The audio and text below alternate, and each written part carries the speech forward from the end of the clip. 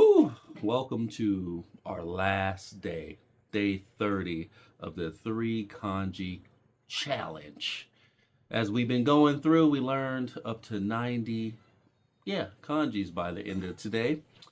And our last three kanjis, boop, boop, boop, boop, boop, are right here, unless we further go on with our extension to get to 103. But I'll let y'all vote on that and I'll look at the votes.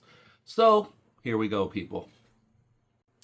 All right, so our first word of today is use, which can mean she or tsukau, which is to use, right?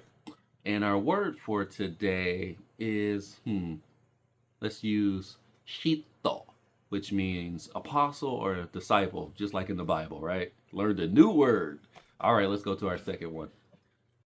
All right, so our second kanji of today is to make, which can be derived as saku or tsukuru, right? And our word of today is saka, which is author or writer. And it sounds like soccer, but saka, right? Good. You got it? All right, let's go to the next one. And our last one.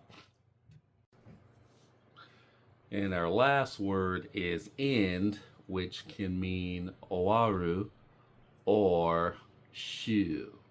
And our word of today is owaru, which means to end, as this video series has ended today. Thanks, guys, for watching. It's been a journey. It's been fun. It's been challenging for sure to get up every day and find time to make these videos. And so I hope you learned something out of this. I may continue after I finish this to do an N4 series of this, or I may go on to grade 1 kanjis, which we can learn to see, if if you know all the kanjis of a first grader. So that should be fun, and it should be somewhat review too, and we'll just keep going forward.